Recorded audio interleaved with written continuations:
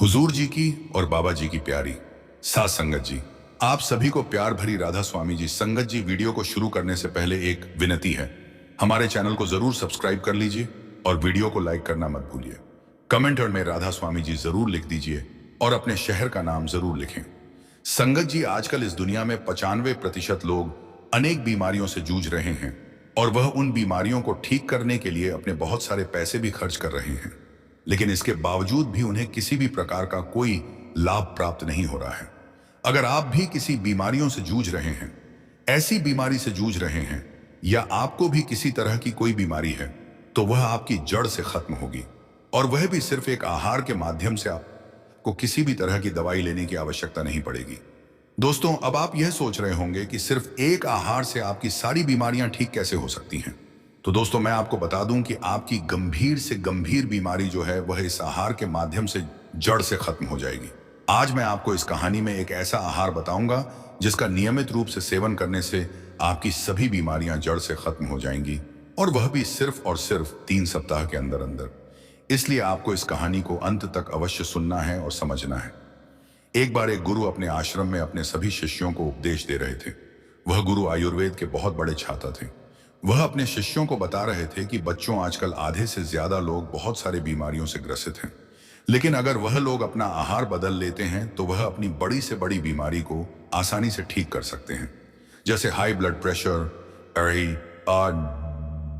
Thyroid, hair fall, जोड़ों में दर्द, माइग्रेन और भी बहुत तरह की बीमारियां। गुरु की बात सुनकर एक शिष्य ने पूछा कि गुरुदेव, ऐसा कैसे संभव है? सिर्फ एक आहार के माध्यम से हम अपनी बीमारियों को कैसे ठीक कर सकते हैं? बीमारियां तो दवाइयों से ठीक होती हैं। तब गुरु मुस्कुराए और बोले कि बेटा, हमारे भोजन में इतनी शक्ति है कि वह हमारी बड़ी से बड़ी बीमारी को ठीक कर सकता है, लेकिन यदि आप उसका गलत तरीके से सेवन करेंगे तो वह आपके शरीर में बीमारियों को बढ़ा भी सकता है।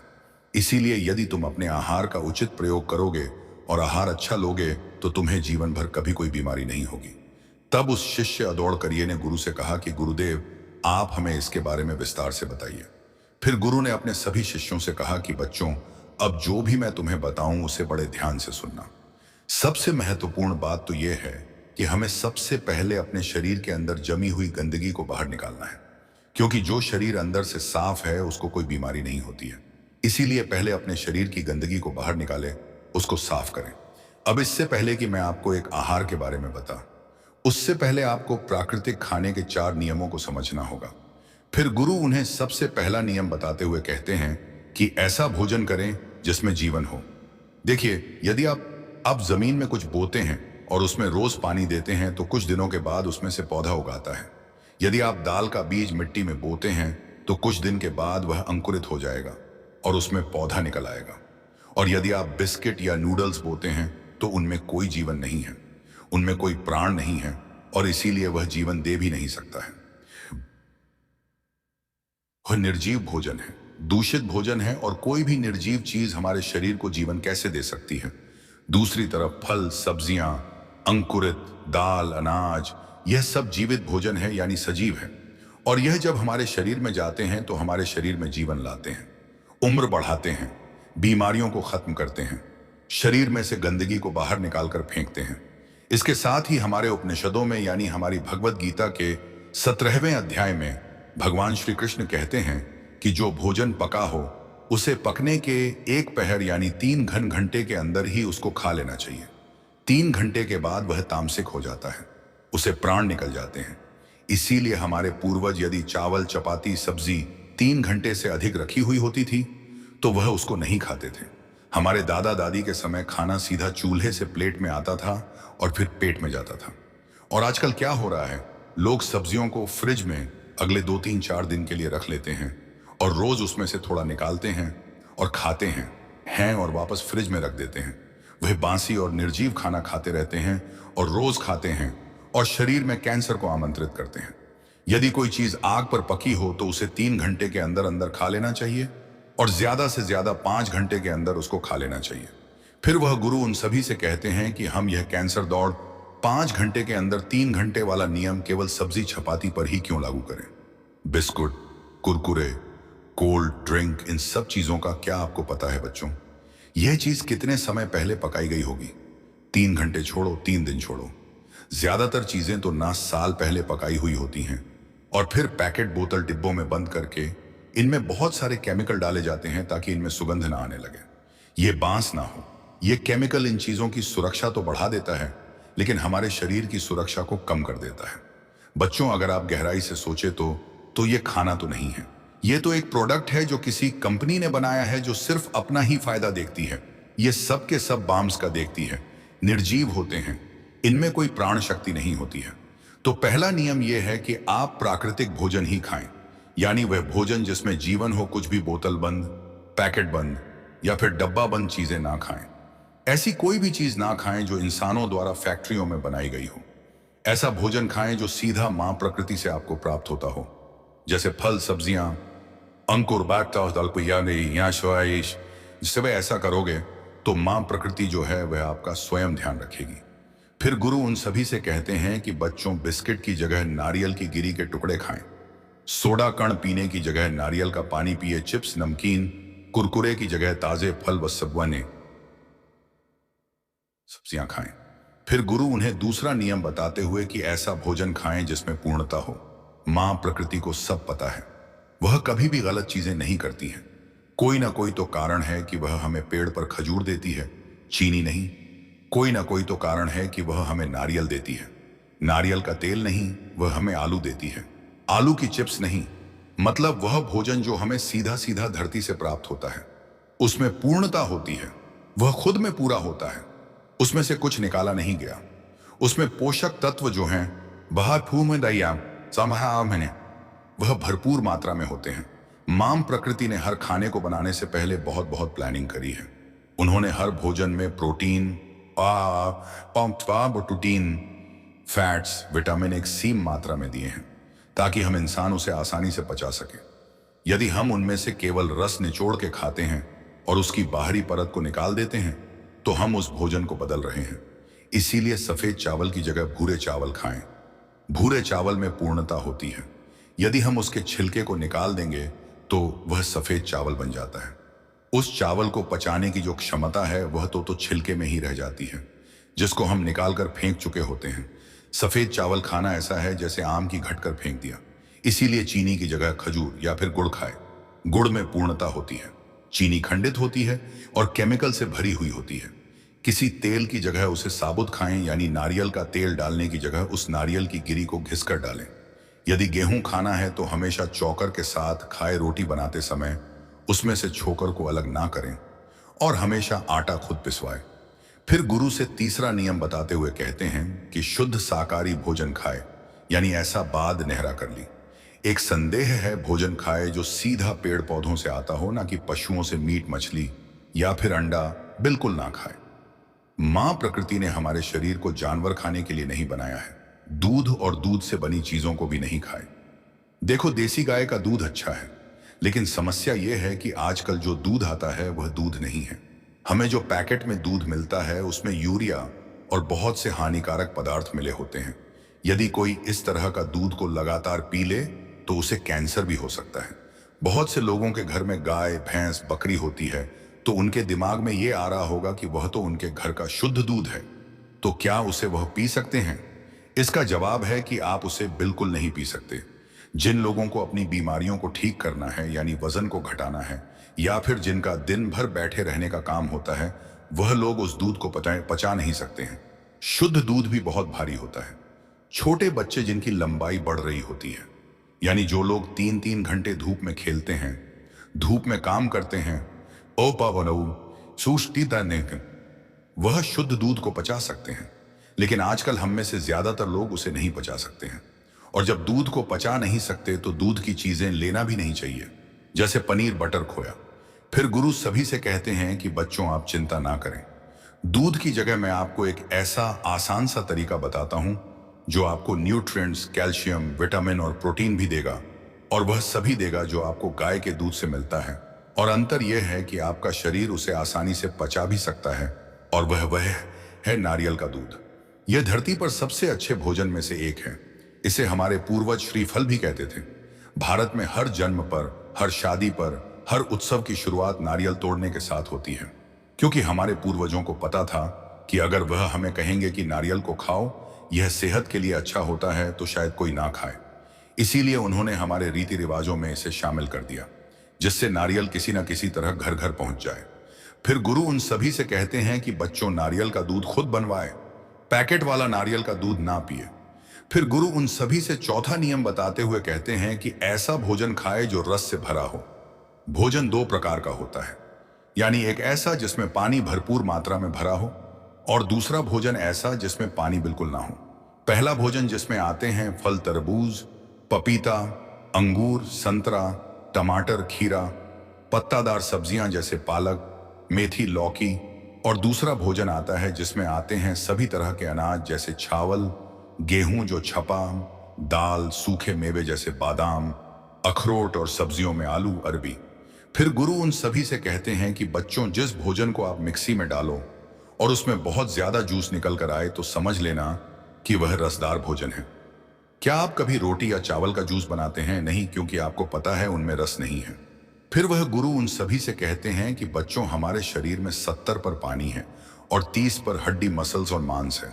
इसीलिए आपको ना 70 पर रसदार यानी पानी से भरा होना ही खाना चाहिए, जैसे जूस, हल मास्टोन, फल, सब्जियां, और 30 पर सूखा भोजन होना चाहिए, जैसे अनाज और सूखे में भी। लेकिन हम में से ज्यादातर लोग इसका बिल्कुल उल्टा करते हैं। हम अनाज दिन में 3 से 4 बार खाते हैं, जो पूरी तरह नहीं पचता है, और इसीलिए हम में इतने सारे रोग आ जाते हैं। फिर गुरु उन सभी से कहते हैं कि बच्चों इसे अच्छी तरीके से समझो। आपको ऐसा भोजन करना चाहिए जिसमें जीवन हो, जो सीधा खेत से आपकी रसोई तक आता हो। ऐसा कोई भी भोजन ना करें जो फैक्ट्री से प्राप्त होता हो। दूसरे नंबर पर ऐसा भोजन खाएं जिसमें पूर्णता हो, सफेद चावल की जगह बूढ़े चावल, चीनी की जगह गुड़, खजूर तेल की जगह नारियल का तेल घिसकर डालना चाहिए। तीसरे नंबर पर आपको शुद्ध शाकाहारी भोजन खाना चाहिए। आपका भोजन पेड़ पौधों से आना चाहिए, पशुओं से नहीं। मीट, मछली या फिर अंडा तो बिल्कुल ना खाएं। गाय के दूध की जगह नारियल का पानी इस्तेमाल करें। चौथे नंबर पर भोजन खाएं जो रस से भरा हुआ हो। फिर गुरु उन सभी से कहते हैं कि बच्चों अब मैं तुम्हें बताता हूं कि तुम्हें पूरे दिन में किस तरह से आहार लेना है, और इस समय में आपको 16 घंटे का उपवास भी करना है। मतलब अगर आप रात का भोजन 7 बजे करते हैं तो अगले दिन सुबह आपको 11 बजे तक कुछ भी नहीं खाना है। अब तुम पूरी बातें ध्यान से सुनो। तुम्हें किस तरह से आहार लेना है। तुम्हें सुबह उठकर सबसे पहले होने जाना है। फिर तुम्हें 92 बजे के लगभग जूस लेना है। इसके लिए हमें बहुत ही स्पेशल सब्जी का जूस बनाना है। जब यह जूस हमारे शरीर में जाता है तो शरीर की सारी गंदगी को अपने अंदर सोख लेता है, और जब यह निकलता है तो बहुत सारी गंदगी को बाहर लेकर निकलता है, वजन कम करने के लिए और त्वचा को साफ करने के लिए। यह बहुत अच्छा है। यह सब्जी हरे रंग की होती है और अंदर से बिल्कुल सफेद होती है। इसे सफेद पेटा कहते हैं। यह आपको सब्जी वाले के पास आसानी से मिल जाएगी। जूस बनाने के लिए पहले इसके छिलके को निकाल दें, अंदर से सारे बीज निकाल दें। फिर इसको काट कर मिक्सर नस हरे में से जूस निकालें। रोज सुबह 1 गिलास पेटे का जूस पिए। इसमें कोई नींबू, मिर्च या मसाला नहीं डालना है। यह कड़वा नहीं होता है। आप चाहे तो इसे आधे नारियल पानी के साथ भी मिक्स कर इसको पी सकते हैं। अगर आपको सफेद पेठा ना मिले तो 1 गिलास नारियल का पानी पी लें। अगर नारियल का पानी भी ना मिले तो आप 1 गिलास किसी भी सब्जी का जूस ले सकते हैं, जैसे घिया खीरे का जूस आप ले सकते हैं। फिर जूस पीने के लगभग 2 घंटे तक आप कुछ भी ना खाएं, क्योंकि पेटे का जूस जो है वह शरीर में सफाई का काम करते हैं।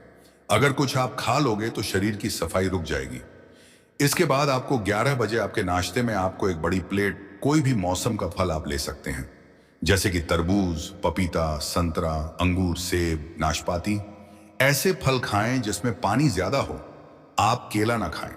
सबसे अच्छा तो यह होगा कि आप एक बार में एक ही फल खाएं, लेकिन यदि आपको इससे संतुष्टि ना मिले तो आप 2 या 3 फल भी खा सकते हैं। हमेशा वह फल खाएं जो आपके देश में उगते हैं। मौसम के अनुरूप जो फल आते हैं वह सस्ते भी होते हैं। आप चाहे तो इनके ऊपर नारियल की गिरी घिसकर भी डाल सकते हैं। फिर लगभग 2 बजे दोपहर के भोजन में आप अनाज को ले दे सकते हैं, जिसमें चपाती और सब्जियां हों।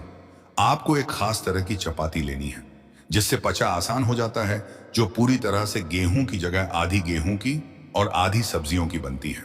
आप किसी भी सब्जी की चपाती बना सकते हैं, जैसे खीरे की चपाती, चुकुर की चपाती, पालक की चपाती, घिया की चपाती, गाजर की चपाती। इस तरह की यदि आप 2 चपाती खाते हैं तो आपके पेट में अनाज सिर्फ 1 चपाती खा जाता है। लेकिन इसका मतलब यह नहीं है कि आप डबल चपाती खाने लग जाए, उतनी ही चपाती खाएं जितनी चपाती आप पहले खाया करते थे। चपाती के साथ जो सब्जी खानी है, उस सब्जी में हमें तेल की जगह नारियल की गिरी घिसकर डालना है, मिर्च मसाले की जगह ताजे हर्ब्स डालने हैं। इस तरीके से बनाई गई सब्जी सात्विक सब्जी होती है जो बहुत जल्दी पच जाती है। यदि आप 1 चपाती खाते हैं तो उसके साथ 2 कटोरी सब्जी खाएं। यदि आप 2 चपाती खाते हैं तो उसके साथ 4 कटोरी सब्जी खाएं। मतलब सब्जी ज्यादा खानी है और अनाज को कम खाना है। जब आप सिर्फ अनाज खाते हैं तो बिना सब्जी के तो यह पहचाना बहुत मुश्किल हो जाता है। लेकिन जब अनाज के साथ आप सब्जी को भी खाते हैं, मिलाकर खाते हैं, तो इसको पचा आसान हो जाता है। हफ्ते में 1 या 2 बार आप रोटी की जगह भूरे, कहा 2 बार आप रोटी की जगह भूरे चावल भी खा सकते हैं। दाल रोटी की जगह सब्जी रोटी खाए, दाल चावल की जगह सब्जी चावल खाए। राजमा चना छोला बिल्कुल ना खाए, यह पचने में बहुत बहुत भारी होते हैं और ये आपको तब तक नहीं खाने हैं जब तक आप पूरी तरह ठीक नहीं हो जाते हो। देखिए, ऐसा नहीं है कि दाल गलत है, राजमा गलत है। बात यह है कि जो हमारी आज की संस्कृति है, जिसमें हम दिन में 6 घंटे मोबाइल पे बैठे रहते हैं और दिन में 1 घंटे से ज्यादा एक्सरसाइज नहीं करते हैं, तो ऐसे में उनको पचाना बहुत मुश्किल हो जाता है। हमारे पूर्वज तो उनको आसानी से पचा पाते थे क्योंकि वह दिन भर अच्छे से 7 से 8 घंटे धूप में मेहनत किया करते थे। लेकिन समस्या तो यह है कि हम लाइफस्टाइल तो आज की जी रहे हैं, लेकिन भोजन जो है वह पूर्वजों का खा रहे हैं और इसीलिए हम बीमार पड़ते हैं। और यदि आपको दोपहर के भोजन और रात के भोजन के बीच में भूख लगती है तो आप ताजे फल का जूस पी सकते हैं, नारियल का पानी पी सकते हैं। उस समय आपको बिस्किट, नमकीन या चिप्स तो बिल्कुल नहीं खानी है। यदि जूस के बाद आपको भूख लगती है तो आप 2-3 टुकड़े नारियल की गिरी खा लें या फिर कोई फल खा लें। लेकिन बहुत से लोग इस समय चाय या फिर कॉफी का सेवन करते हैं। आपको ऐसा बिल्कुल नहीं करना है। अगर आपको चाय पीनी भी है तो आप ग्रीन टी ले सकते हैं। फिर आपको रात के समय भोजन में सलाद या सूप लेना है। आपका सलाद जो है वह कच्चा होना चाहिए। मौसम की कोई भी सब्जियों को काट कर, जैसे खीरा हो गया, टमाटर, चुकंदर, गाजर, इनमें आपको थोड़ी बहुत काजू, बादाम भी आप डाल सकते हैं। लेकिन इसमें आपको अन्न नहीं डालना है। जाज, राजमा, दाल, चावल यह नहीं डालने हैं। अगर आप चाहे तो सलाद के साथ सूप भी ले सकते हैं। आपके सूप में तेल नहीं होना चाहिए और वह कम से कम पका हुआ होना चाहिए। जब आप अन्न छोड़कर सिर्फ सलाद खाएंगे तो आपको बहुत अच्छा लगेगा। आपका पाचन तंत्र बहुत अच्छे से काम करेगा। आपका मोटापा भी बहुत तेजी से घटेगा और वह भी बिना किसी दवाई के। अगर आप चाहे तो दोपहर के भोजन में सलाद और रात के भोजन में अनाज ले सकते हैं। फिर गुरु उन सभी शिष्यों को कहते हैं कि बच्चों, यह भोजन उन जिनको कोई बीमारी है और वह उस बीमारी को खत्म करना चाहते हैं। यह भोजन उनके लिए है जो अपने मोटापे से परेशान हैं। वह अपने आप को फिट करना चाहते हैं। लेकिन यह भोजन बच्चे और खेलने कूदने वालों के लिए नहीं है।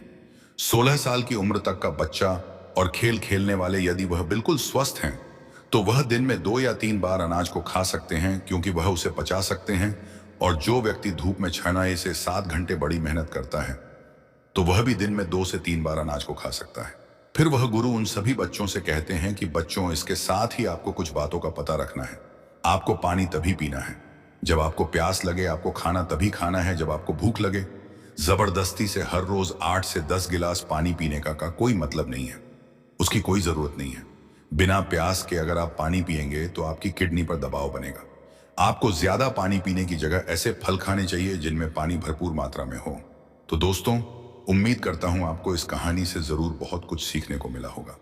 दोस्तों, अगर किसी की नसों में ब्लॉकेज है, किसी को दिल से संबंधित कोई परेशानी है, किसी का पाचन तंत्र कमजोर है, लीवर ठीक से काम नहीं करता है, हाथ पैर सुन रहते हैं, त्वचा रूखी रूखी रहती है, बाल झड़ते हैं, पूरे बदन में दर्द रहता है, शरीर में दर्द रहता है, जिसकी ब्लड शुगर बढ़ी हुई है, जिसका कोलेस्ट्रॉल बढ़ा हुआ है, इतनी सारी परेशानियों का आज मैं आपको एक ऐसा नुस्खा बताने वाला हूं जिसकी मदद से आप अपनी इन सभी परेशानियों को ठीक कर सकते हैं। और वह भी बिना किसी दवाई के। इस वीडियो में आपको ऐसा नुस्खा बताया जाएगा जिसकी मदद से यह सभी परेशानियां जड़ से खत्म हो जाएं। अगर आप इसका अच्छे से पालन करते हैं तो यह सभी परेशानियां आपके आसपास भी नहीं भटकेगी। तो आइए शुरू करते हैं। एक बार आयुर्वेद के ज्ञाता एक गुरु अपने आश्रम में अपने सभी शिष्यों को बता रहे थे कि बच्चों, हमारे शरीर में नसों का जाल फैला हुआ है। यह अलग अलग तरह की नस आपके शरीर के सभी अंगों तक खून और जरूरी पोषक तत्वों को पहुंचाने का काम करती है। इन नसों में किसी तरह की परेशानी होने पर आपके शरीर के कई अंग प्रभावित हो सकते हैं। साथ ही इससे दिमाग की कार्य प्रणाली में परेशानी और अन्य नसों से संबंधित परेशानियां हो सकती हैं। फिर गुरु सभी शिष्यों से कहते हैं कि बच्चों नसों की ब्लॉकेज के कारण कहीं हो सकते हैं, जैसे ज्यादा धूमपान करना, शराब पीना, शरीर में कोलेस्ट्रॉल का बढ़ना, शरीर में बहुत ज्यादा वजन बढ़ना या किसी तरह की गंदगी जमा हो जाने के कारण आपकी नसों में सूजन और दर्द की दिक्कत हो सकती है। इससे आपके शरीर के अनेक अंगों में परेशानी हो सकती है। फिर गुरु उनका अवसाद बर्ड में परेशानी हो सकती है। सभी से कहते हैं कि बच्चों, आज मैं तुम्हें नसों में ब्लॉकेज के लक्षण और उसे ठीक करने के उपाय के बारे में बताने वाला हूं। और साथ ही साथ इसे ठीक करने के लिए आज मैं तुम्हें एक ऐसा नुस्खा बताऊंगा जिसका प्रयोग करने से तुम्हें कभी भी नसों में ब्लॉकेज, हृदय से संबंधित परेशानी और शरीर में किसी भी तरह की कोई सांड के लिए प्रॉब्लम आपको नहीं होगी। फिर गुरु उन सभी शिष्यों से कहते हैं कि बच्चों, सबसे पहले हम यह जानते हैं कि नसों में ब्लॉकेज क्यों होता है, क्योंकि जब तक हमें यह पता नहीं चलेगा कि बीमारी की जड़ क्या है, तब तक हम उसका समाधान नहीं कर पाएंगे। बच्चों, खराब जीवन शैली के चलते कई तरह की बीमारियों का जन्म हो रहा है। शरीर में पोषक तत्वों की कमी और गलत खानपान के कारण रक्त वाहिकाओं में कोलेस्ट्रॉल जमना शुरू हो जाता है। कोलेस्ट्रॉल जमने से नसें ब्लॉक होनी शुरू होती हैं, जिसके के कारण शरीर में ब्लड की सप्लाई प्रभावित होती है। इसके अलावा धमनियों में ब्लॉकेज होने के कारण हार्ट की कार्यक्षमता भी कम हो जाती है। ऐसी परिस्थिति में दिमाग तक ऑक्सीजन सप्लाई होने की प्रक्रिया भी प्रभावित होने लगती। नसम ब्लॉक होने से व्यक्ति को दिल का दौरा भी पड़ सकता है। आपकी नसों और धमनियों में ब्लॉकेज के कई कारण हो सकते हैं, जैसे बहुत ज्यादा धूम्रपान करना, शराब पीना। इनके कारण भी नसों में ब्लॉकेज हो जाता है। जिनको डायबिटीज रहती है, जो बहुत ज्यादा तनाव में रहते हैं, जिनको हाई ब्लड प्रेशर की समस्या रहती है, इससे भी नसों में गंदगी जमा हो जाती है। या फिर नसों में सूजन के कारण भी ऐसा हो सकता है, जिसकी वजह से नसों में रक्त प्रवाह अच्छे से नहीं हो पाता है और ऑक्सीजन का प्रवाह भी प्रभावित होता है। इसके अलावा खून का गाढ़ा होना भी की ब्लॉकेज का कारण हो सकता है। खून के गाढ़ा होने से नसों में खून का प्रवाह ठीक ढंग से नहीं होता है, जिससे नसें ब्लॉक हो जाती हैं। और नसों में खराब खून के प्रवाह से भी नसों में ब्लॉकेज की समस्या होती है और शरीर में पोषक तत्वों की कमी होने पर नसों में ब्लॉकेज आ जाती है। और कहीं घंटों एक जगह बैठे रहने और कोई भी शारीरिक गतिविधि ना करने पर भी नसों में ब्लॉकेज हो सकती है। फिर गुरु उन सभी शिष्यों को कहते हैं कि बच्चों, अब तुम्हें यह तो पता चल गया है कि हमारी नसम ब्लॉक क्यों होती है, लेकिन जब हमारी नसम ब्लॉक होती है तो इसका पता हमें कैसे चलता है। उसके कुछ लक्षण हमें दिखाई देते हैं। अब मैं तुम्हें उनके बारे में बताता हूं। इसका सबसे पहला लक्षण है छाती या सीने में दर्द महसूस होना। कहीं बार आपने काम करने के दौरान या ऐसे भी महसूस किया होगा कि आपको सीने या फिर छाती में दर्द का अनुभव होता है। कई बार सोते समय या फिर अधिक देर तक काम करने के दौरान भी आपको सीने के लेफ्ट साइड में दर्द का अनुभव होता है। यह दर्द कभी कभार हार्ट अटैक का संकेत भी हो सकता है। नसों में जाम या ब्लॉक हो जाने पर आपको हार्ट अटैक का खतरा भी हो सकता है। इसके अलावा दिल में घबराहट, कमजोरी या चक्कर आना जी, मिचलाना या पसीना आना जैसी समस्याएं भी हो सकती हैं। हार्ट शरीर में ताजे खून की सप्लाई करता है। इस खून में कई सारे न्यूट्रिएंट्स और ऑक्सीजन मौजूद होते हैं। न्यूट्रिएंट्स और ऑक्सीजन शरीर के लिए बहुत आवश्यक होते हैं। ऐसे में जब नसें ब्लॉक हो जाए तो व्यक्ति की छाती में दर्द हो सकता है। इसका दूसरा लक्षण है पीठ के निचले हिस्से में दर्द। नसों की ब्लॉकेज के कारण कई लोगों को पीठ के हिस्से में भी दर्द की समस्या हो सकती है। ब्लॉकेज के कारण पीठ के निचले हिस्से में ब्लड सर्कुलेशन की दिक्कत की वजह से डिस्क कमजोर हो सकती है। साथ ही कई बार शरीर का निचला हिस्सा सूखने या सूजन के कारण फूलने लगता है, जिसे आपकी नसों के दबने की दिक्कत हो सकती है। तीसरा लक्षण है स्ट्रोक का खतरा, यानी सर में हल्का हल्का दर्द। नसों के ब्लॉक होने पर आपको हार्ट स्ट्रोक की दिक्कत हो सकती है। इसे भी आप ब्लॉकेज के एक लक्षण में से एक मान सकते हैं। इसमें आपकी ब्रेन तक जाने वाली नस जाम हो जाती है और ब्लड सर्कुलेशन की कमी के कारण आपकी परेशानी बढ़ सकती है। ऑक्सीजन के अभाव में मस्तिष्क की कोशिकाओं को काफी नुकसान पहुंचता है। कई बार आपको बेहोशी और थकान का अनुभव भी हो सकता है। चौथा लक्षण है सांस लेने में तकलीफ। नसों में फैट या ब्लॉकेज जमा होने के कारण आपको सीने में तेज दर्द के साथ सांस लेने में दिक्कत भी हो सकती है। दरअसल फैट या ब्लॉकेज के कारण नसों में गंदगी जमा हो सकती है और इसकी वजह से ब्लड फ्लो कम हो जाता है और ऑक्सीजन की कमी होने के कारण आपके फेफड़ों को ऑक्सीजन की आपूर्ति नहीं हो पाती है। साथ ही आपको अंदर से कमजोरी और लेफ्ट साइड में दर्द का अनुभव भी हो सकता है। पांचवा लक्षण थकान और नींद की कमी। कई लोगों को नसों में ब्लॉकेज के कारण थकान और नींद की कमी का अनुभव हो सकता है। इसकी वजह से आप छोटा बड़ा काम करके भी थक जाते हैं और सोते समय भी आपके हृदय की गति तेज हो सकती है और साथ ही साथ आपको बेचैनी का अनुभव भी हो सकता है। अगर आपको भी ऐसे लक्षण लंबे समय तक नजर आ रहे हैं तो आपको तुरंत सावधान हो जाना चाहिए। छठा लक्षण है हाथ पैर ठंडे होना। अगर आपके हाथ पैर ठंडे रहते हैं, बराबर ठंडे रहते हैं और हाथ पैर में हमेशा दर्द की शिकायत रहती है, अच्छे से सोने के बाद भी आपको शरीर में दर्द की शिकायत रहती है, तो आपको इन चीजों को बिल्कुल इग्नोर नहीं करना चाहिए। यह आपके शरीर में नसों की ब्लॉकेज का कारण हो सकता है। सातवां लक्षण है छाती में जलन। छाती में जलन भी नसों की बौं का कारण हो सकती है। पाचन संबंधित समस्याओं की समस्या समझकर बहुत से लोग छाती में होने वाली जलन को इग्नोर कर देते हैं, परंतु यह हार्ट अटैक का ही एक संकेत हो सकता है। इसके अलावा शरीर में पसीना आना भी नसों में ब्लॉकेज का संकेत हो सकता है। जब हार्ट को जरूरत से ज्यादा काम करना पड़ता है तो शरीर का तापमान बढ़ने लगता है। अगर आपको ज्यादा पसीना आता है तो इसको हल्के में ना लें। इसके अलावा यदि आप थोड़ा सा काम करने पर थक जाते हैं तो यह नसों में ब्लॉकेज होने का संकेत हो सकता है। नसें ब्लॉक होने के कारण हार्ट को ज्यादा काम करना पड़ता है, जिसके कारण शरीर में थकान महसूस हो सकती है। फिर गुरु उन सभी शिष्यों को कहते हैं कि बच्चों, आपने यह तो समझ लिया कि नसें ब्लॉक किस कारण होती है और ऊ के लक्षण क्या होते हैं। आइए अब हम जानते हैं इसके समाधान के बारे में और इसका केवल एक ही समाधान मैं आपको बताऊंगा जो आपकी नसों में जमी हुई गंदगी को बिल्कुल साफ कर देगा। और वह जो एक समाधान है वह है दालचीनी। बच्चों, दालचीनी आपके शरीर की नसों में जमी हुई गंदगी को बिल्कुल साफ कर देगी। अगर किसी व्यक्ति को हार्ट की प्रॉब्लम है, यानी कि उनका हार्ट बहुत कमजोर है, उनको लगता है कि उन्हें दिल से संबंधित कोई परेशानी नहीं है, तो उनके लिए दालचीनी का चूर्ण बहुत ही ज्यादा फायदेमंद है, क्योंकि इसकी मदद से आपके शरीर के अंदर दबी हुई नसें खुल जाएगी और साथ ही जिनके छाती में जल होती है, गैस बनती है, जिनका लीवर कमजोर है, कमर में दर्द होता है, हाथ पैर सुन्न हो जाते हैं, वह भी बिल्कुल ठीक हो जाएगा। इसीलिए आप इसके बारे में अच्छे से समझो। दालचीनी का हमें कैसे उपयोग करना है और कितने दिनों तक करना है और कितना उपयोग करना, इन सभी के बारे में मैं आपको विस्तार से बताता हूं। बच्चों, अगर हम दालचीनी की तासीर की बात करें तो यह गर्म होती है, इसीलिए इसका सेवन बहुत ही सीमित मात्रा में आपको करना है। इसमें ढेर सारे पोषक तत्व मौजूद होते हैं, जैसे magnesium, iron, phosphorus, carbohydrate, protein, calcium, manganese, copper, zinc, antioxidant, antibacterial, antifungal आदि इन सभी पोषक तत्वों का शरीर पर अलग अलग तरीकों से बहुत ही अच्छा प्रभाव पड़ता है। दालचीनी का हमारे शरीर पर पहला लाभ यह है कि जिनके भी कोलेस्ट्रॉल बढ़ा हुआ रहता है वह बिल्कुल कम हो जाता है। कोलेस्ट्रॉल के बढ़ने से नसों में ब्लॉकेज आ जाती है और दालचीनी का इस्तेमाल करने से वह नसें खुलने लगती हैं, दबी हुई नसें बिल्कुल ठीक हो जाती हैं। दालचीनी का दूसरा फायदा है जिनको त्वचा से संबंधित कोई भी परेशानी होती है, जिनकी बार बार स्किन पर खुजली होती है, जिनको बार बार फंगल इन्फेक्शन होता है, उनके लिए भी यह बहुत उपयोगी है।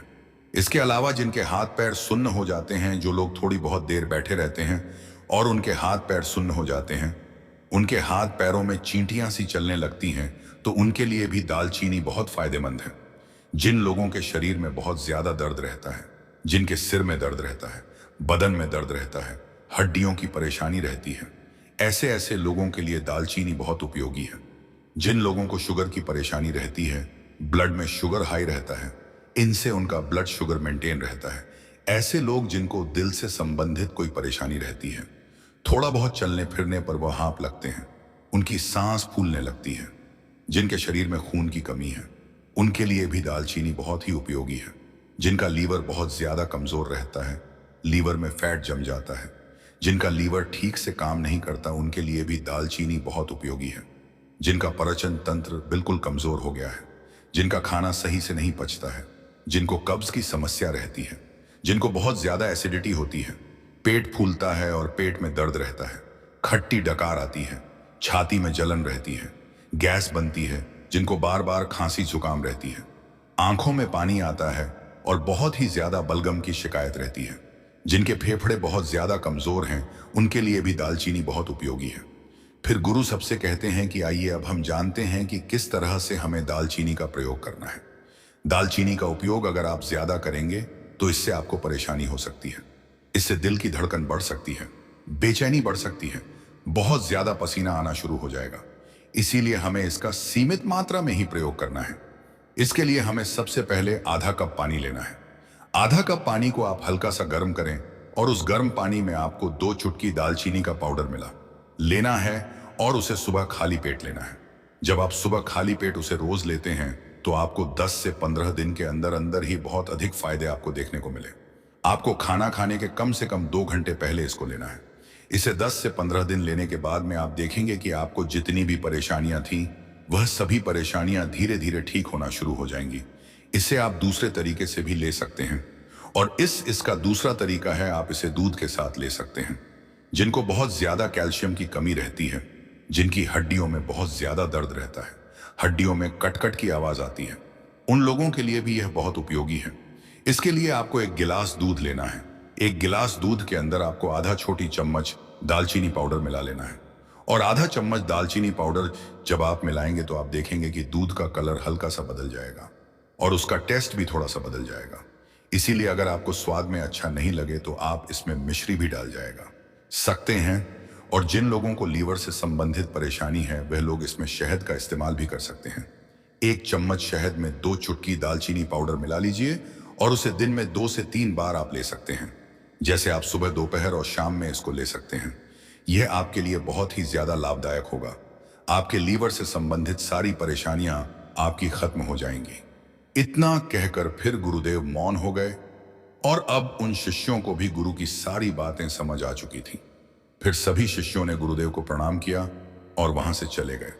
तो दोस्तों, उम्मीद करता हूं आपको इस कहानी से जरूर बहुत कुछ सीखने को मिला होगा। दोस्तों, प्राचीन समय की बात है। एक आयुर्वेदिक गुरु के पास एक नौजवान लड़का आता है और उनसे कहता है कि गुरुदेव, आजकल लोगों को हार्ट अटैक ज्यादा आ रहा है, उनकी सांसें फूलने लगती हैं। कम उम्र के लोग ही इसका शिकार हो रहे हैं। पहले ऐसा नहीं था, लेकिन आजकल यह परेशानी बहुत ज्यादा बढ़ गई है। तो गुरुदेव, इसका बचाव कैसे करें? इसके बारे में आप मुझे कोई ऐसा तरीका बताइए जिससे मुझे और सभी लोगों को इस तरह की परेशानी कभी ना हो इसके आगे। वह गुरु उस नौजवान लड़के को कहते हैं कि आज मैं तुम्हें एक ऐसी चीज के बारे में बताऊंगा जो तुम्हारे स्वास्थ्य को बिल्कुल बदल सकती है और एक अलग ही शरीर आपका बना सकती है। यह चीज आपके शरीर से कोलेस्ट्रॉल को घटाने का काम करती है और आपके पाचन तंत्र को मजबूत बनाने का काम भी करती है। आजकल के इस व्यस्त जीवन में हार्ट हेल्थ और कोलेस्ट्रॉल की समस्या बहुत ही ज्यादा आम बात हो गई है। हर दिन लाखों लोग ऐसे हैं जो कि इन समस्याओं का सामना करते हैं। हाई कोलेस्ट्रॉल अगर बढ़ जाए तो यह आर्टरी को ब्लॉक करता है, जो कि हार्ट अटैक्स का कारण बनता है। वहीं अगर हम बात करें डाइजेशन की, तो आज के इस टाइम में जंक फूड और भोजन के गलत समय ने पाचन संबंधित समस्याओं को बहुत ही ज्यादा बढ़ा दिया है। गैस, ब्लोटिंग और इंडाइजेशन, यह सब की सब चीजें जो आजकल बहुत ही ज्यादा आम हो गई हैं। इसके आगे वह गुरु उस नौजवान लड़के से कहते हैं, तो अगर तुम इस तरह की प्रॉब्लम से बचना चाहते हो, कोलेस्ट्रॉल को कम करना चाहते हो, हार्ट अटैक के खतरे को घटाना चाहते हो और अपने पाचन तंत्र को मजबूत बनाए रखना चाहते हो, तो आज मैं आपको एक ऐसी मामूली सी दिखने वाली चीज के बारे में बताने जा रहा हूं जो कि आपके रसोई घर में ही आपको आसानी से मिल जाएगी। इसका सिर्फ और सिर्फ एक छोटा सा टुकड़ा अगर आप ले लेते हैं तो यह आपके लिए वरदान साबित हो सकता है। आगे वह गुरु का कहते हैं, जब बात आती है हार्ट हेल्थ की, तो कुछ आंकड़े हमें बहुत ही ज्यादा अच्छा नहीं बताते हैं। हर साल करोड़ों लोग इस संसार में कहीं सारी दिल बीमारियों से जूझते रहते हैं और इसके लिए हाई कोलेस्ट्रॉल, जो कि फैटी डिपॉजिट से हमारी बच आर्टरी में ब्लॉकेज क्रिएट करता है, यह सबसे बड़ा कारण है। जब हमारी आर्टरी ब्लॉक होती है तो ब्लड फ्लो प्रॉपर्टीज नहीं हो पाता है, जिसकी वजह से हार्ट को पंप करने में ज्यादा एफर्ट लगाना पड़ता है। इससे हमारा बीबीपी बढ़ने लगता है और हार्ट अटैक का खतरा कई गुना ज्यादा बढ़ जाता है। सीधे शब्दों में अगर मैं आपसे कहूं तो आपकी आर्टरी अगर क्लीन रहेगी तो आपका पार्ट ज्यादा हेल्दी रहेगा, ज्यादा तंदुरुस्त रहेगा। और रही बात पाचन तंत्र की, तो यह तो हम सब लोग जानते हैं कि आज की मॉडर्न डाइट ने हमारी लाइफस्टाइल को, हमारे डाइजेस्टिव सिस्टम को कितनी बुरी तरह से प्रभावित किया है। भोजन सही समय पर ना करना, जंक फूड और स्ट्रेस, ये सभी चीजें डाइजेशन पर बुरा असर डालती हैं। इसके होने के कुछ संकेत हमारा शरीर देता है, जैसे कि गैस, ब्लोटिंग एंड इंडाइजेशन। यह संकेत हमें बताते हैं कि हमारे डाइजेस्टिव सिस्टम में कहीं ना कोई तो समस्या जरूर है, जिनको देखने के बाद ठीक करने की हमें सख्त जरूरत है। आगे वह गुरु कहते हैं कि बेटा, अपनी हार्ट हेल्थ, कोलेस्ट्रॉल लेवल को मैनेज करने के लिए लोग अक्सर कहीं तरीके आजमाते हैं, जो कि सही भी है। यह तरीके हमें आजमाने भी चाहिए। इसके लिए लोग अपने आहार को बदलते हैं और रोजाना शारीरिक गतिविधि करते हैं और कई तरह के सप्लीमेंट भी लेते हैं। लेकिन क्या आप जानते हैं कि लेकिन बेटा, अगर मैं आपको बताऊं कि एक प्राकृतिक चीज है जो ऐसा कर्षक है, जो आपको आसानी से मिल भी जाएगी और वह बिना किसी नुकसान के आपको फायदा देगी। इसके आगे वह गुरु उस युवक से कहते हैं, तो चलिए बेटा, जानते हैं कि वह कौन सी चीज है जिसका सिर्फ एक छोटा सा टुकड़ा आपके लाखों के खर्चे से आपको बचाएगा सकता है। आपकी दिल की नसों को साफ रखता है, हार्ट अटैक के खतरे को कम कर सकता है और आपके पाचन तंत्र को भी सुधार सकता है। इसके आगे वह गुरु कहते हैं कि बेटा, वह चीज है, उसका नाम है अदरक, जो सभी के घरों में आसानी से मिल जाती है। एक अदरक आपको बड़ी बड़ी परेशान से बचा लेती है।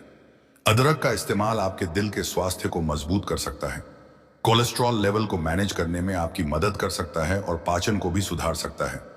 लेकिन बेटा, क्या आप जानते हैं अदरक इतना ज्यादा पावरफुल क्यों है? दरअसल अदरक में मौजूद बायोएक्टिव कंपाउंड एंटी इन्फ्लेटरी होते हैं और एंटीऑक्सीडेंट की तरह यह काम करते हैं, जो कि आपकी बॉडी के सेल्स को डैमेज से प्रोटेक्ट करते हैं और ओवन हेल्थ को भी इंप्रूव करते हैं। यही नहीं, अदरक से पाचन क्रिया भी मजबूत होती है, गैस कम बनती है और इंडाइजेशन की प्रॉब्लम से भी आपको छुटकारा मिलता है। और इसका सबसे बड़ा प्लस पॉइंट यह है कि यह इस्तेमाल करने में बेहद आसान होता है और यह आसानी से सबके घर में मिल जाता है। इसके आगे वह गुरु उस युवक से कहते हैं कि वैसे तो अदरक को आप बहुत सारे अलग अलग विभिन्न तरीकों से इस्तेमाल कर सकते हैं। आप इसको सूखे के रूप में, गीले के रूप में, किसी भी तरह से इस्तेमाल कर सकते हैं। लेकिन अगर आप इसको खाना खाते समय खाने के साथ खाते हैं तो यह सबसे ज्यादा फायदेमंद होता है और साथ ही साथ यह तरीका बहुत ही आसान भी होता है। इसके लिए आज मैं आपको अदरक को इस्तेमाल करने का यही तरीका बताने जा रहा हूं, जिसमें आपको अदरक को खाने के साथ खाना होगा। इसके आगे वह गुरु उस युवक से कहते हैं, तो जैसा कि बेटा मैंने तुम्हें बताया कि अदरक को इस्तेमाल करने के बहुत सारे तरीके होते हैं, लेकिन यह बेटा मैंने तुम्हें लामान करने के बहुत सारे तरीके होते हैं। समझना भी बहुत जरूरी है कि इसको खाने के साथ चबा चबा कर खाना आखिर इतना ज्यादा फायदेमंद क्यों होता है बेटा। इसका सबसे पहला पॉइंट है बायो अवेलेबिलिटी। जब आप फ्रेश अदरक को खाते हैं तो इसके अंदर जो एक्टिव कंपाउंड होते हैं, जैसे कि जिंजर रोल और शगो, ये सीधा आपके शरीर को मिलते हैं और इनमें किसी भी तरह का कोई बदलाव नहीं आता है। दूसरा पॉइंट है पाचन में सहायता ताजा अदरक को। जब आप चबा चबा कर खाते हैं तो यह आपके सलाइवा के अंदर एंजाइम्स को उत्तेजित करता है। इतना तेज फायदा अदरक की कि चाय या फिर अदरक का पानी पीते हैं उससे नहीं मिलता है, सिर्फ यह अदरक को चबा चबा कर खाने से ही मिलता है। और तीसरी और सबसे महत्वपूर्ण बात है कि अगर आप अदरक को प्राकृतिक तरीके से प्रयोग में लेते हैं तो आप एक्स्ट्रा प्रोसेसिंग और एडिटिव से बच जाते हैं, जो कि कई बार सप्लीमेंट्स के अंदर पाए जाते हैं और इससे आपको नुकसान भी हो सकता है। इसीलिए अदरक को चबा चबा कर खाने से आपको ज्यादा बढ़िया फायदा मिलता है और यह ज्यादा सुरक्षित भी। और इसीलिए दाल पौस पीली तरह से अदरक को कंज्यूम करना आपके डेली डाइट में एक नया फ्लेवर और एक नया टेक्सचर भी ऐड करता है, जो कि आपकी मील्स को ज्यादा आनंदित बनाता है, आपके खाने को ज्यादा आनंदित बनाता है। तो अगर आप भी रोजाना के आहार में कुछ नया और हेल्दी फायदेमंद चीज इस्तेमाल करना चाहते हैं तो अदरक को आपको खाने के साथ खाना आज ही शुरू कर देना चाहिए। इसके आगे वह युवक उन गुरु से एक सवाल पूछता है कि गुरुदेव, आपने कहा कि अदरक खाना चाहिए, यह बहुत ही अच्छा होता है, दपक खाने में बहुत ही ज्यादा फायदा करता है, लेकिन इसको खाएं तो खाएं कैसे? क्योंकि कच्चा अदरक अगर हम चबा लेते हैं तो उससे कई बार हमारा मुंह जल सकता है। इसके आगे वह गुरु कहते हैं कि बेटा, आपको अदरक को लेकर ऐसे ही मुंह में डाल के नहीं चबाना चाहिए। इसके लिए पहले आपको अदरक को थोड़ा सा तैयार करना है। आप अदरक का एक छोटा सा टुकड़ा ले लीजिए और इसको पहले आप छीन लीजिए, या फिर इसको आप बारीक बारीक छिलके काट भी सकते हैं। इसके बाद 1 टीस्पून या आधा टीस्पून इसके टुकड़े लीजिए, उसको को आप अपनी सब्जी में ऊपर से डाल लीजिए या छिड़क लीजिए और को आप ऐसे ही खा लीजिए, या फिर आप इन टुकड़ों को लेकर एक एक कर अपने निवाले के साथ लगाकर भी खा सकते हैं। इसके आगे वह गुरु कहते हैं कि बेटा, बहुत से लोग अदरक को गर्मी के मौसम में खाने से डरते हैं, क्योंकि अब गर्मी का मौसम चल रहा है। इसीलिए मैं यह बात बोल रहा तो लोग सोचते हैं कि गर्मी के मौसम में अगर हम अदरक खाएंगे तो उससे हमें नुकसान भी हो सकता है। अदरक को अगर आप इस तरीके से खाने के साथ खाते हैं तो 9,999 पर लोगों को ऐसे खाने से कोई भी नुकसान नहीं होता है। लेकिन हाँ, आपको मात्रा का थोड़ा सा ध्यान रखना पड़ेगा। एक पूरे दिन में आप आधा से लेकर 1 टीस्पून तक ही कटा हुआ अदरक खाइए या घिसा हुआ अदरक खाइए। इससे ज्यादा आपको नहीं खाना है। लेकिन हाँ, अगर आपको कोई भी किसी भी तरह की बीमारी है तो अपने डॉक्टर से सलाह जरूर लें और यह जान लें कि आप अपनी दवाइयों के साथ इसको खा सकते हैं या फिर नहीं। ये आपके लिए बहुत ही सही रहेगा। बेटा, इस तरह के प्राकृतिक बीमारी है, चीजों को अपनी डाइट में शामिल करना ना सिर्फ आपके स्वास्थ्य में सुधार करता है बल्कि यह टिकाऊ भी होता है। यह आप खुद देख सकते हैं कि कैसे अदरक को अपने खाने के साथ खाने से आपके डेली मील्स को इंक्रीज करता है। यह साधारण है, स्वादिष्ट भी है और सबसे महत्वपूर्ण, यह सबसे बढ़िया हेल्दी भी है। इसके वह गुरु कहते हैं कि बेटा, वैसे तो अदरक लगभग सभी लोग खा सकते हैं, लेकिन बेटा कुछ लोग ऐसे हैं जिन्हें अदरक नहीं खानी चाहिए। सबसे पहला, गर्भवती महिलाएं। गर्भवती महिला को अदरक का अधिक सेवन नहीं करना चाहिए क्योंकि यह गर्भाशय संकुचन को उत्तेजित कर सकता है, जिससे गर्भपात का खतरा बढ़ाकर यह सकता है। दूसरा, रक्तस्राव की समस्या वाले लोग। अदरक रक्त को पतला करने का काम करता है, इसीलिए रक्तस्राव की समस्या वाले लोगों को इसका सेवन नहीं करना चाहिए। तीसरा, अत्यधिक वजन कम वाले लोग। अदरक मेटाबॉलिज्म को बढ़ाता है जो वजन कम करने में सहायक होता है, इसीलिए ऐसे लोग जिनका वजन बहुत ही ज्यादा कम है, ऐसे लोगों को अदरक का सेवन सावधानी से करना चाहिए। चौथा, डायबिटीज के मरीज। अदरक रक्त शर्करा के स्तर को कम करता है, इसीलिए डायबिटीज के मरीजों को इसका सेवन करने से पहले अपने डॉक्टर से परामर्श जरूर करना चाहिए। पांचवा गुण, गुर्दे की समस्याएं। अदरक का अधिक सेवन गुर्दे की समस्याओं को बढ़ा सकता है, इसीलिए गुर्दे की समस्याओं से पीड़ित लोगों को इसका सेवन करते समय सावधानी बरतनी चाहिए। छठा, पित्त पथरी वाले लोग। अदरक का सेवन पित्त की पथरी वाले लोगों की समस्याओं को बढ़ा सकते हैं, इसीलिए उन्हें इसका सेवन सावधानी से करना चाहिए।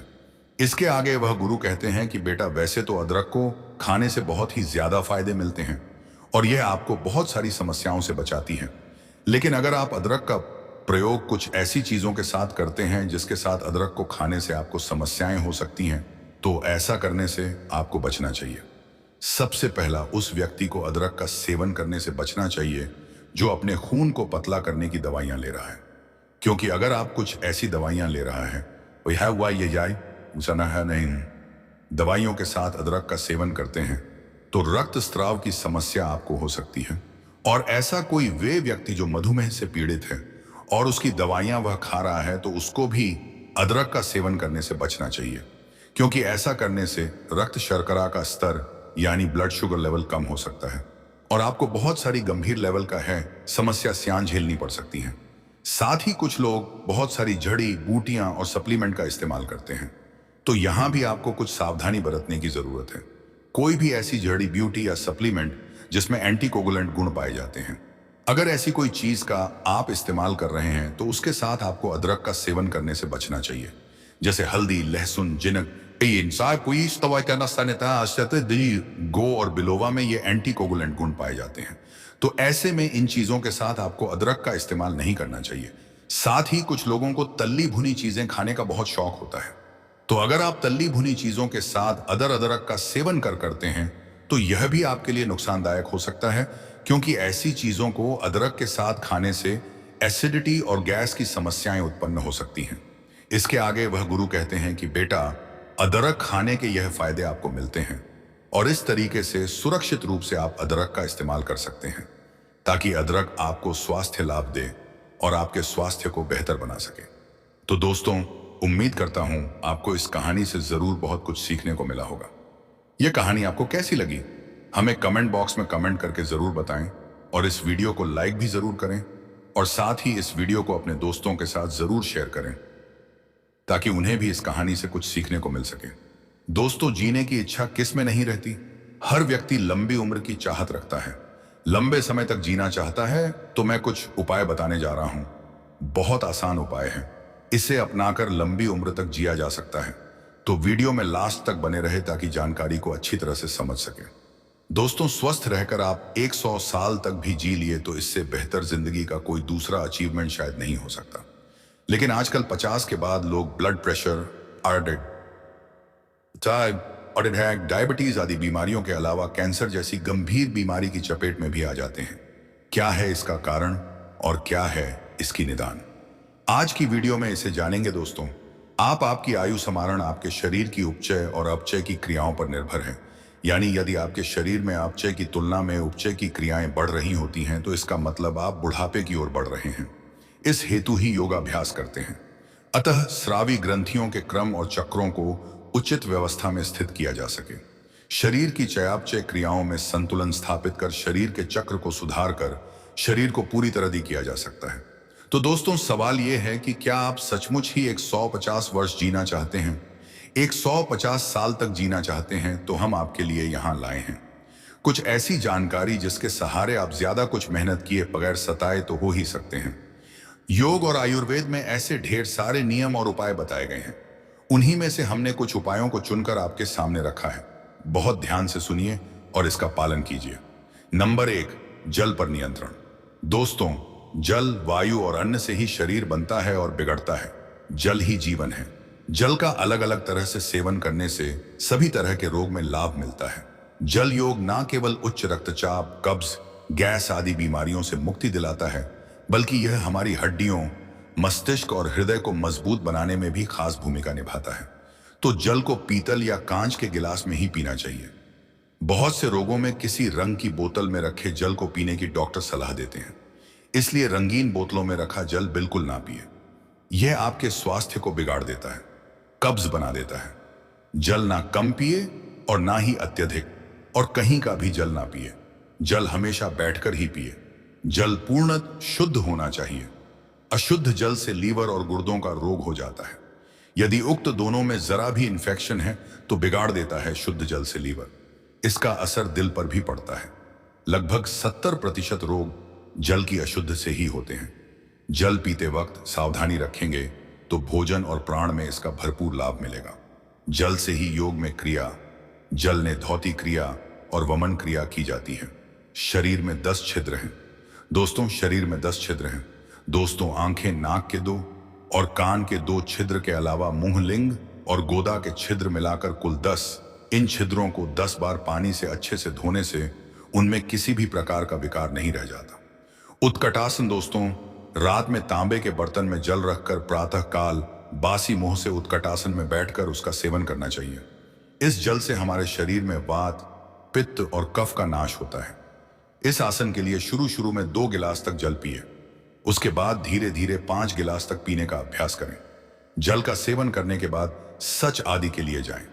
इस योग से शरीर में कॉपर की मात्रा जाती रहती है, जिससे शरीर की हड्डियों और मांसपेशियों को लाभकारी निबात मिलता है। नंबर 2, श्वास पर नियंत्रण। दोस्तों, कछुए की श्वास लेने और छोड़ने की गति इंसानों से कहीं अधिक दीर्घ है। व्हेल मछली की उम्र का राज भी यही है।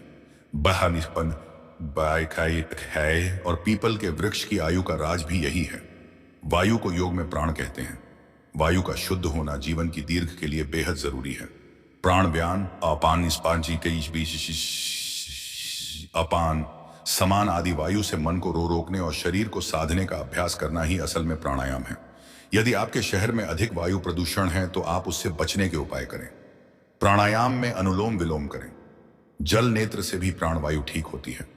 यदि आप शुवायु ग्रहण नहीं कर रहे हैं तो कोई गारंटी नहीं है कि अच्छा भोजन और कसरत करने के बाद भी आपको कोई बीमारी ना हो। उपाय वनों से वायु, वायु से आयु, वनों से वायु, वायु से आयु के किसी भी तरह से गलत नहीं होगा। इसीलिए अपने घर के आसपास अधिक से अधिक वृक्ष लगाएं। पीपल और बड़ का वृक्ष आपकी आयु बढ़ाने में ज्यादा सक्षम है। नियमित तुलसी के एक पत्ते का सेवन करें। नंबर 3, उचित आहार लें।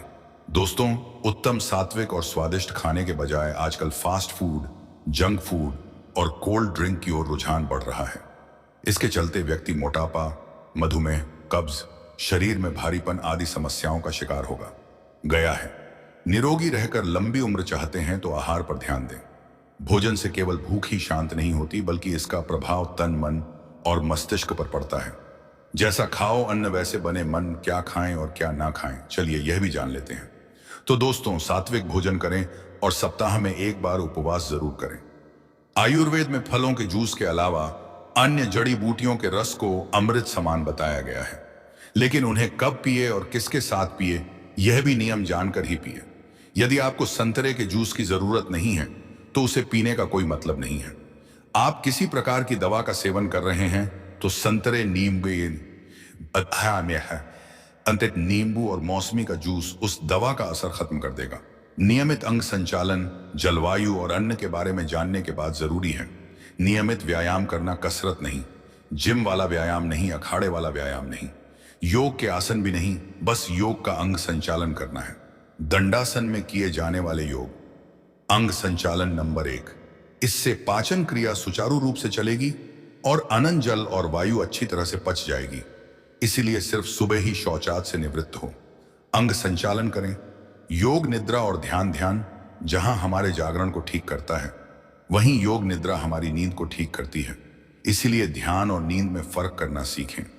योग निद्रा दोस्त नींद एक डॉक्टर है और दवा भी आपकी नींद कैसी होगी यह निर्भर करता है इस पर कि आप दिन भर किस तरह से जिए। जरूरी है कार्य, विचार और व्यवहार पर गंभीर मंथन करना। यदि यह संतुलित और सम्यक रहेगा तो भरपूर नींद से स्वास्थ्य में लाभ मिलेगा। ज्यादा या कम नींद से सेहत और मन पर विपरीत असर पड़ता है। बेहद नींद के लिए आप योग निद्रा का सहारा लें। नंबर 2, ध्यान का नियमित अभ्यास करने से आत्मिक शक्ति बढ़े। आत्मिक शक्ति से मानसिक शांति की अनुभूति भूत होती है। मानसिक शांति से शरीर स्वस्थ अनुभव करता है। ध्यान से विजन पावर बढ़ता है तथा व्यक्ति में निर्णय लेने की क्षमता का विकास होता है। ध्यान से सभी तरह के रोग और शोक मिट जाते हैं। ध्यान से हमारा तन, मन और मस्तिष्क पूर्णतः शांति, स्वस्थ और प्रसन्नता का अनुभव करते हैं। तो दोस्तों, यह बहुत ही आसान उपाय जो मैंने इस वीडियो के माध्यम से आप लोगों तक पहुंचा की कोशिश की, तो इसे अपनाकर इसका लाभ जरूर उठाएं। धन्यवाद। राधा स्वामी जी।